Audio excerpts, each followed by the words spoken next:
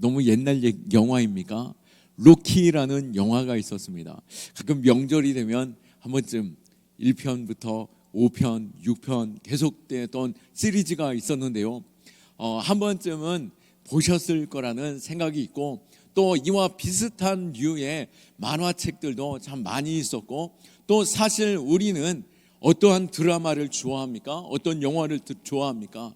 성장과 또 실패 가운데서도 극복하는 성공을 우리는 잘 알고 있는데요. 로키 영화를 보면 링 위에서 수없이 맞아 쓰러지던 그 권투 선수가 끝내는 결국에는 일어나서 카운터 펀치를 날리면서 승리를 쟁취하는 그 복서 이야기.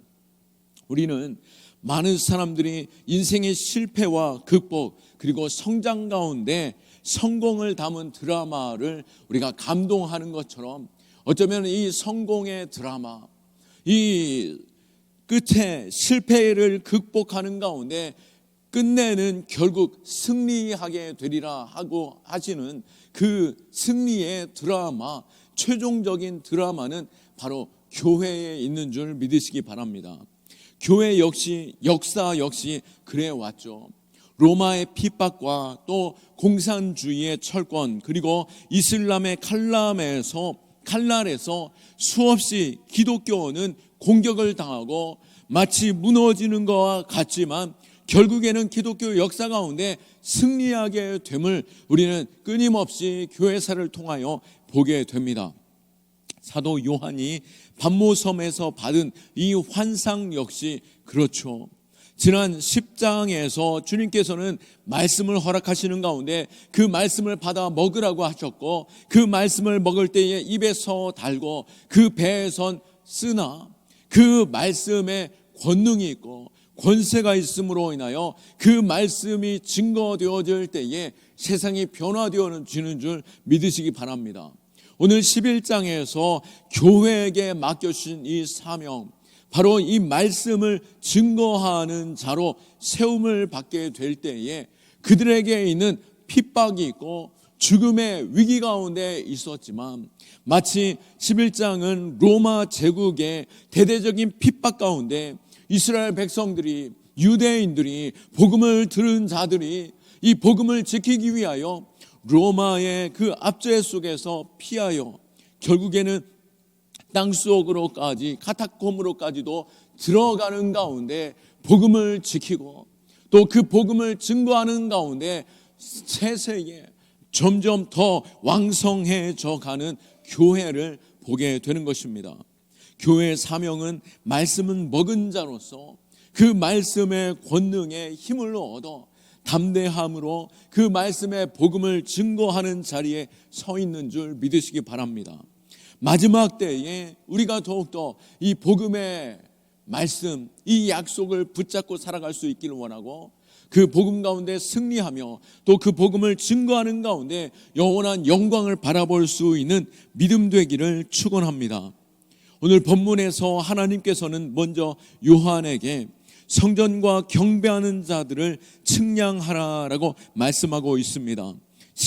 1절 말씀에 보시면, 또 내게 지팡이 같은 갈대를 주며 말하기를 일어나서 하나님의 성전과 제단과 그 안에 경배하는 자들을 측량하되라고 말씀합니다. 하나님이 측량하라라고 말씀하신 것은 이 성전의 건물이 아닙니다. 이것은 어린 양의 생명책에 기록된 하나님의 백성들이며 또 영적인 의미에서 진정한 하나님의 교회를 의미하고 있는 것이죠. 이것을 측량하라라고 말씀하신 것은 단순히 그 크기를 재라라고 말씀하신 것이 아니라 하나님께서는 그 백성들을 세밀하게 살펴보고 계시고 여전히 보호하고 계시고 그들을 붙드시는 가운데 최종적인 승리를 허락하시기리라라고 하시는 그 약속 가운데 그들을 불러 세우고 계심을 믿으시기 바랍니다. 당시 초대 교회는 로마 정부의 핍박 아래 던져져 있는 마치 보호받지 못하는 어린 아이들 같았습니다. 예수를 믿는다라고 하는 그 이유만으로 직업을 잃어버리고 고난을 당하며 죽임을 당하였죠. 그들은 신앙을 지키기 위해서 카타콤이라고 하는 지하 무덤과 같은 땅굴을 파서 땅속으로 깊이 들어가 그들 안에 공동체로서 예배를 드리며 발각되는 경우 그들이 그곳에서 수장을 당하거나 몰살을 당하는 그 고난의 자리, 그 시대를 살아가고 있었습니다. 그들 마음에도 우리가 이대로라면 로마에 완전히 망하게 되고 교회는 이 땅 가운데 사라지게 될 것이다 라고 하는 불안함이 그들 마음에 점점 휩싸이고 두려움에 한 사람 한 사람 그 복음의 자리를 떠나기도 하고 두려움 속에서 이제는 죽음을 기다리는 것처럼 매우 쇠약해지고 나약해진 가운데 있었다라고 하는 것입니다.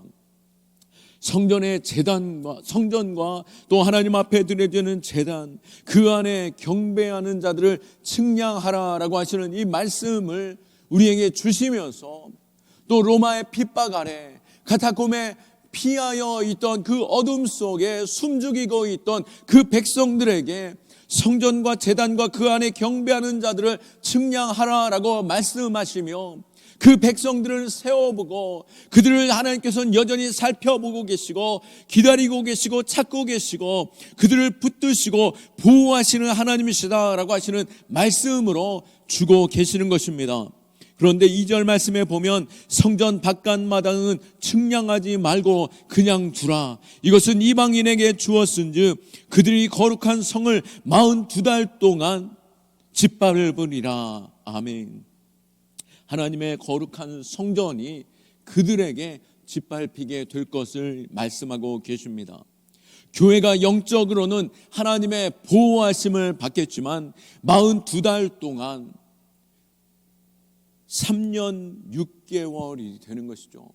그 3년 반 동안 그들은 교회가 짓밟힘을 당하게 될 것이다 라고 하시는 그 핍박에 대한 말씀을 하고 있습니다. 하나님이 정해놓은 제한된 기간, 물론 그들이 매우 고난을 당하고 고통을 당하고 죽임을 당하는 그 위협 속에 놓여 있지만 또한 이것은 무엇입니까? 마지막 때에 하나님께서 우리를 정결케 하시고 거룩하게 하시고 또 우리로 하여금 영광의 자리로 나아갈 수 있도록 양과 염소를 나누는 그 시간이 필요함을 알 수 있지만 이것은 최종적인 우리로 하여금 고난과 죽음의 자리에 두는 것이 아니라 하나님께서는 3년 6개월이라는 제한된 시간을 두시는 가운데 그 시간 또한 지나갈 것이며 하나님께서 허락하신 그 기간 동안 하나님께서는 그의 백성들을 보호하시고 그 백성들로 하여금 마지막 날 마치 챔피언이 다시 일어서서 카운터 펀치를 날리는 것처럼 승리할 것이고 영원한 영광을 누리는 그 기쁨의 자리에 서게 될 것이다 라고 하시는 그 약속을 요한을 통하여 주시고 계시는 것입니다. 하나님은 지금도 그 백성들을 사랑하시고 보배롭게 여기시고 존귀하게 여기시름을 믿으시기 바랍니다. 이사야 43장 4절 말씀에 그 백성들이 하나님 앞에 범죄하고 세상을 의지함으로 말미암아 심판 가운데 있었지만 하나님께서는 남은 자를 두시는 가운데 그들에게 내가 너를 보배롭고 존귀하게 여기며 너를 사랑하였은즉이라고 말씀하시는 가운데 그들을 구원해내실 것을 다시 한번 사방에서 불러내어 그 영광을 회복해 하실 것을 약속하신 것처럼 우리가 비록 고난 가운데 핍박 가운데 포로된 중에 절망과 소망을 잃어버린 가운데 있을지라도 하나님은 변함없이 우리를 지키시고 보배롭게 여기시며 존귀하게 여기시고 사랑하시는 가운데 우리를 최종적인 승리의 자리로 그 영원한 영광의 자리로 부르시는 줄 믿으시기 바랍니다. 우리에게 여러 가지 고난의 상황 속에 놓여 있습니까? 고통 중에 있습니까? 변함없이 우리를 사랑하시고 보배롭게 여기시며 존귀함으로 우리를 부르시고 이끄시는 하나님, 승리 주신 하나님을 바라볼 수 있기를 축원합니다. 하나님께서는 이때 두 증인을 세워 권세를 주셨는데요, 3절 말씀에 내가 나의 두 증인에게 권세를 주리니 그들이 굵은 베옷을 입고 1260일을 예언하리라 라고 말씀하십니다. 그들이 고난당하는 3년 6개월의 시간, 이 두 증인이 권세를 얻어 그 증인으로서 복음을 증거하게 되어질 텐데요, 이 두 증인이란 바로 누구를 의미하겠습니까? 엘리야를 의미합니까? 모세를 의미합니까? 아니요, 두 증인이라고 말씀하시는 이 요한계시록의 두 증인은 바로 마지막 때의 교회를 의미합니다. 지금 이 때에 교회를 의미하며, 교회는 건물이 아닌 우리 한 사람 한 사람 믿음의 성도를 의미하는 줄 믿으시기 바랍니다. 성경에서 두 사람은 어떤 의미를 담고 있습니까? 이 두 사람, 성경에서 두 사람이라는 것은 바로 법정에서 증인을 말합니다. 모세 율법에서 증언이 성립되어질 수 있는 최소의 숫자가 바로 둘인데요, 두 사람이 증언할 때 그것은 법적인 효력이 있게 됩니다. 하나님께서 두 증인을 세우셨다라고 말씀하시는 것은 바로 복음을 들고 마지막 때에 예언하는 자들, 바로 교회를 의미하며 그 하나님의 살아계심과 또 하나님이 복음 가운데 우리를 구원하시고 그 복음의 자리로 나오도록 부르시는 그 백성들, 바로 교회를 이 마지막 때에 세우시며 그들에게 권세 주실 것을 의미하고 그들로 하여금 마지막 때에 복음을 증거하는 자로 세우셨음을 믿으시기 바랍니다. 그런 면에서 우리가 전도를 하는 것과 또 선교하러 나아가는 일, 이것은 단순한 교회에 있는 1년 가운데 있는 어떤 프로그램이 아니죠. 우리가 1월 22일부터 27일까지 청년들 또 태국으로 단기 선교를 가는데요, 지난 여름에 우리 장년들이 태국으로 단기 선교 갈 때 무슨 일이 있었죠? 기억나십니까? 그 땅에 지진이 있어서 건물이 무너지는 그 일들이 있었습니다.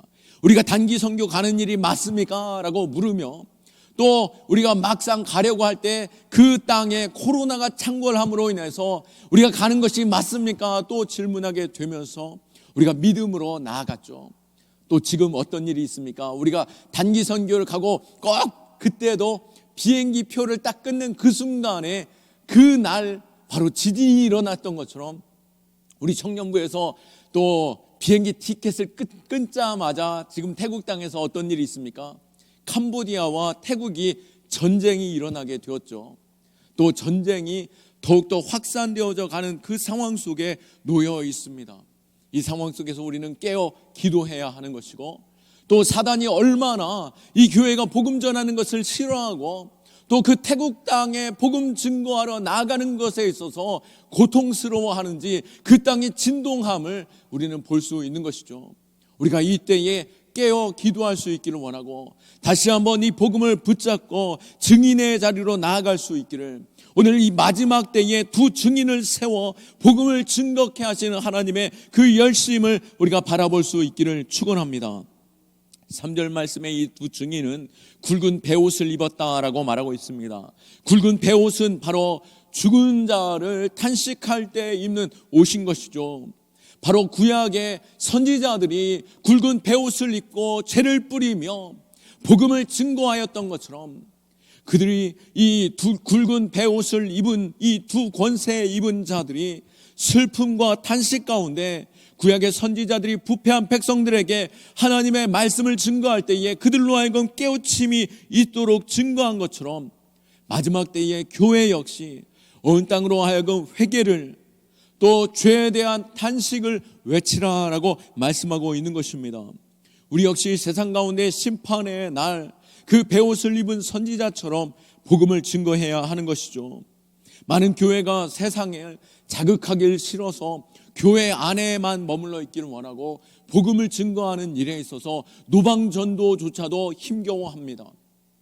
실제적으로 예수 믿고 천국 가세요, 회개하십시오, 천국이 가까이 왔습니다 라고 말하는 것에 있어서 교회조차 판단하고 손가락질할 때가 너무나도 많이 있습니다. 그러나 이 복음은 회개함에서 시작되어지는 줄 믿으시기 바랍니다. 우리의 구원 역시도 죄를 회개하면서 그 복음이 우리 안에 살아 역사하며 우리가 하나님의 놀라우신 은혜를 입은 것처럼 우리는 마지막 때에 복음을 증거하는 자리, 그들로 하여금 죄를 돌이켜 회개할 수 있는 복음을 증거하는 자리로 나아가야 하는 것이죠. 이때 하나님께서는 그들에게 권세를 주십니다. 3절 말씀에 그들에게 권세를 주셨다라고 말씀하셨고, 4절 말씀에 그들은 이 땅에 주 앞에 서는 두 감람나무와 두 촛대니라고 말씀한 것처럼, 두 감람나무는 바로 성령의 기름 부으심을 말하고, 촛대는 이 땅 가운데 빛을 밝힐 교회를 상징하는데요, 그들이 권세를 받아 5절 말씀에 만일 누구든지 그들을 해하고자 하면 그들의 입에서 불이 나와서 그들의 원수를 삼켜버릴 것이요, 누구든지 그들을 해하고자 하면 반드시 그와 같이 죽임을 당하리라 라고 말씀한 것처럼, 그 복음을 들고 나아갈 때, 그 권세자들이 나아갈 때 그 땅이 진동하는 것처럼 그 복음은 그 땅으로 하여금 두려움에 떨게 할 것이고, 또 그 복음을 증거하는 것에 있어서 방해할 때에 그 권세가 그 악한 자들을, 그 대적들을 짓밟아 이기게 하실 줄로 믿습니다. 우리가 지난주에 10장에 그 10장 말씀에 이 말씀을 받아 먹으라라고 말씀한 것처럼 그 말씀의 권세가 우리 안에 검과 능력이 되어서 6절 말씀에 하늘을 닫고 여는 권세로서 세상 앞에 담대히 서게 하는 권세가 될 것입니다. 우리가 이 말씀을 붙잡고 성령께서 우리와 함께 하심을 믿고 담대히 나아가야 하는 것이죠. 우리 안에 아무리 그 땅에 지진이 있다 할지라도, 그 땅에 코로나가 창궐하다 할지라도, 또 그 땅에 전쟁이 있다라고 할지라도 우리가 이 복음의 진리를 가지고 담대히 나아갈 때 하나님께서 가라 하시면 갈 수 있고, 때로는 멈추라 하실 수도 있으시겠지만, 우리가 이 마지막 때에 이 복음을 증거하는 일로 주님께서 부르시면 우리가 담대히 나아갈 수 있기를 원하고, 주님의 뜻에 순종으로 서는 저와 여러분 될 수 있기를 축원합니다. 주님께서 부탁하신 일, 사도행전 1장 8절 말씀과 같이 오직 성령이 너희에게 임하시면 너희가 권능을 받고 예루살렘과 온 유대와 사마리아와 땅끝까지 이르러 내 증인이 되리라 하시니라 라고 말씀한 것처럼, 성령이 교회에 임하시고 또 우리가 그 권능을 받아 땅끝까지 증인의 삶으로 나아갈 때 하나님께서는 그 어둠의 권세를 이기게 하시고, 그 어둠 가운데 그 복음이 빛이 되어 그 어둠의 영혼들, 택하신 영혼들이 주께로 나오는 그 승리를 경험하게 될 것입니다. 그러나 이 땅의 권세는 교회가 복음을 들고 나아갈 때 교회가 그 권세 가운데 나아가 승리하겠지만, 또한 이 땅의 공중권세 잡은 자의 권세 역시 이 복음을 방해하고 또 그들을 넘어뜨리게 하는 것을 보게 됩니다. 오히려 로마의 그 강력함이 교회를 짓밟아 누름으로 인하여 교회는 점점 쇠약해져 가고 이대로 교회가 사라지는가라고 하는 것을 우리가 보게 되는 것처럼, 7절 말씀에 보는 것처럼 그들이 그 증언을 마칠 때에 무적행으로부터 올라오는 짐승이 그들과 더불어 전쟁을 일으켜 그들을 이기고 그들을 죽일 터인즉이라고 말씀합니다. 마치 사단이 예수 그리스도를 십자가에 못 박아 죽게 한 것처럼 이 말씀의 권세를 가진 자들이 성령의 기름 부으심 받았음에도 불구하고, 또 성령의 권세를 가지고 복음을 증거했음에도 불구하고 사단은 온갖 방법을 동원하여 그 복음을 증거하는 자를 짓누르고 넘어뜨리며 마치 십자가에 못 박아 죽임과 같이 오늘 이 두 증거자들을 죽이게 되는 것을 보게 됩니다. 사단의 공격은 어떻습니까? 교회가 무기력하고 마치 죽은 망아지처럼 아무것도 하지 않으면 사단도 결코 그 교회를 방해하지 않습니다. 그러나 우리가 복음을 들고 나아가려 할 때 사단의 권세 역시 강력하게 일함으로 인하여 온 땅을 흔들고 또 코로나를 창궐하게 하고 또 그 땅에 전쟁을 일으키고 또 교회를 계속해서 핍박하여 그 짓눌러 이제는 교회조차 모든 힘이 사라지는 것처럼 보여지는 그 상황 가운데 놓이게 할 만큼 이 땅에 사단의 권세는 영향력이 강력하죠. 사단의 공격으로 마치 당장 볼 때에는 예수 그리스도께서 십자가에서 죽으신 것처럼 오늘 이 두 증인은 어떻게 됩니까? 복음의 증거를 하였음에도 불구하고 그 증거가 맞추어질 그때에 7절에 무저갱에서 짐승들이 올라와 그 사단의 권세가 전쟁을 일으키고 두 증인을 죽이며 교회가 패배하게 하는 것을 보게 합니다. 그리고 세상은 어떻습니까? 마치 비웃고 조롱하는 것처럼 그 두 선지자를 10절 말씀에 이 두 선지자가 땅에 사는 자들을 괴롭게 한 거로 땅에 사는 자들이 그들의 죽임을 즐거워하고 기뻐하며 서로 예물을 보내더라라고 말씀하고 있습니다. 이 복음을 증거하는 자들을 땅에 묻을 그러한 허락조차 하지 않고 3일 반을 그들로 하여금 땅에 죽어 시체로 수치와 또 탄식 속에 참담함 속에 죽음 앞에 놓여지게 하였고 뿐만 아니라 그들을 바라보며 마치 복음으로 그들의 가슴이 찔리고 또 복음으로 인하여 그들이 두려워 떨고 그들이 괴로워하고 있었던 그 복음의 권세 앞에 두려워 떨던 그들이 지금껏 받았던 그 고통에서 자유케 되므로 이 악이 마치 이긴 것 같은 그 상황 속에서 그들은 즐거워하고 복음 전하였던 그러한 그 선지자들을 비웃고 조롱하며 그들 스스로 기뻐하며 잔치를 열고 있는 것을 보게 되죠.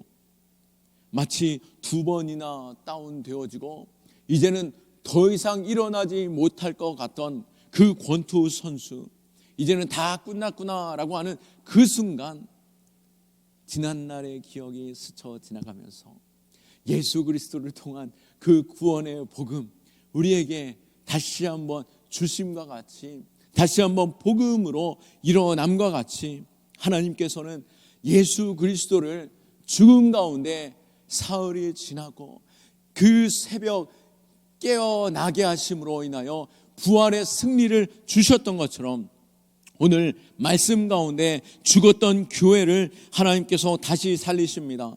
11절 말씀에 3일 반 후에 하나님께서 생기가 그들 속에 하나님께로부터 생기가 그들 속에 들어가매 그들이 발로 일어서니 구경하는 자들이 크게 두려워하더라. 죽었던 자들이 사흘 반 만에 다시 살아납니다. 하나님께서 그들을 생기로서 다시 살려주셨고 그 발로 일어설 때에 세상이 두려워 떨며 공포 가운데 하나님의 영광을 보게 되는 것이죠. 하나님의 생기 예수 그리스도의 영 성령께서 교회 가운데 다시 한번 불러 일으켜 세우실 때에 죽었던 교회는 다시 일어나게 될 것이고 부활의 예수 그리스도의 영으로 말미암아 죽었던 교회가 다시 살아나 하나님의 영광을 나타내 보이게 될 것입니다. 그리고 마지막 날에 12절 말씀에 하늘로부터 큰 음성이 있어 이리로 올라오라 함을 그들이 듣고 구름을 타고 하늘로 올라가니 그들의 원수들도 구경하더라. 아멘. 예수께서 죽으시고 부활하신 후에 제자들이 하늘로 올라가시는 예수 그리스도의 그 영광을 보았던 것처럼 또한 마지막 날에 그 영광 가운데 다시 오시리라라고 말씀하신 것처럼 또 그들로 하여금 교회로 하여금 마지막 때에 있을 핍박과 죽음 가운데 하나님께서는 다시 살리시고 이리로 올라오라 하시는 그 음성 가운데 영광 속에서 하나님의 나라로 올려짐을 보게 될 것입니다. 우리 역시 그 자리에 서게 됨을 믿으시기 바랍니다. 이것이 오늘 요한을 통해서 우리에게 보여주시는 믿음의 백성들이 가져야 할 사명이며 또 믿음의 백성들이 마지막 날에 누리게 될 그 영광에 대하여 보여주고 계시는데요. 아무리 사단의 권세가 강력하고 또 세상의 악한 자들이 이기는 것처럼 보일지라도, 또 세상이 마치 우리를 짓밟아 죽이고 비웃고 조롱하는 그들이 이긴 것처럼 소리 지르며 잔치를 벌이고 있을 그때일지라도 하나님의 권세는, 하나님의 영광은 결코 무너지지 아니하시고, 하나님께서는 최종적인 승리 가운데 죽은 자를 다시 살리시는 그 영광을 나타내 보이시며 우리를 다시 세워 그 영광의 자리에서 영원한 영광을 누리게 하심을 믿으시기 바랍니다. 이것이 마지막 날에 우리에게 주신 약속인 것이죠. 사도 바울도 로마서 8장 18절에 말씀한 것처럼 생각하건대 현재의 고난은 장차 우리에게 나타날 영광과 비교할 수 없도다라고 말씀하셨습니다. 마지막 때에 교회를 향한 고난이 있습니다. 성도를 향한 세상의 핍박과 조롱과 짓밟음과 마치 죽는 것과 같은, 모든 것이 다 소망이 사라진 것과 같은 그 상황 속에도 놓일 수 있는 것이죠. 그러나 분명한 것은 무엇입니까?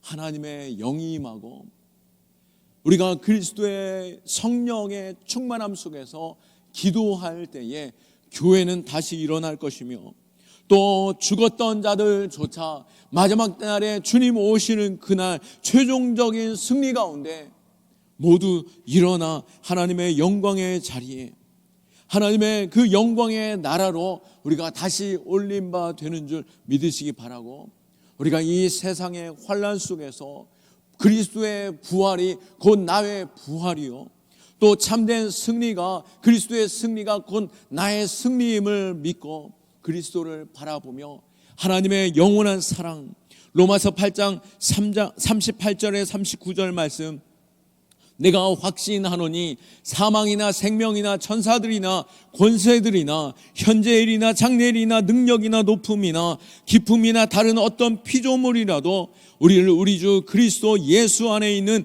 하나님의 사랑에서 끊을 수 없으리라. 아멘. 예수 그리스도의 부활로 또 성령의 기름 부으심 가운데 우리는 넉넉히 이기는 자 되었음을 믿으시기 바라고, 우리에게 있는 마지막 날의 고난일지라도 하나님께서는 최종적인 승리와 진정 영광을 온 땅 가운데 드러내 보이시는 가운데 우리로 하여금 그 영광의 자리에 서게 하심을 믿고 우리가 믿음으로 주님을 바라볼 수 있기를 축원하며, 부활 신앙으로 오늘도 승리하고 믿음으로 그 승리의 날을 돌파하며 승리의 길로 나아갈 수 있는 저와 여러분, 그리고 맡겨주신 사명 잘 감당하는 교회 되기를 예수 그리스도의 이름으로 축원합니다. 아멘. 이 시간 우리가 함께 기도하기 원합니다. 이 시간 기도할 때에 주님, 우리가 마지막 때에 고난 속에 있습니까? 또 우리의 마음이 점점 불안해지고 두려워하는 가운데 하나님의 그 권능과 권세, 또 하나님의 영광을 바라보지 못하고 이 땅 가운데 있는 세상의 그 거대함 앞에 위축되어지거나 주저앉거나 낙심 가운데 있습니까? 주여, 우리를 보호하여 주시고 영원히 변함없는 하나님의 그 신실한 사랑을 신뢰하는 자 되게 하여 주옵소서. 내가 너를 보배롭고 존귀하게 여긴다라고 말씀한 것처럼, 내가 너를 사랑한다라고 말씀하신 것처럼 오늘 다시 한번 하나님의 성품을 의지하며 내가 주님께로 피하여 나아갑니다. 내가 세상을 두려워하는 자가 아니라 내가 크신 하나님을 바라보며 믿음으로 섭니다. 더 이상 내가 흔들리는 자 되지 않게 하여 주시고 주님의 음성에 귀 기울이고 그 말씀으로 새 힘을 얻으며 성령의 충만함 가운데 나아가는 주의 백성 되게 하여 주옵소서. 주님 찾고 기도합니다.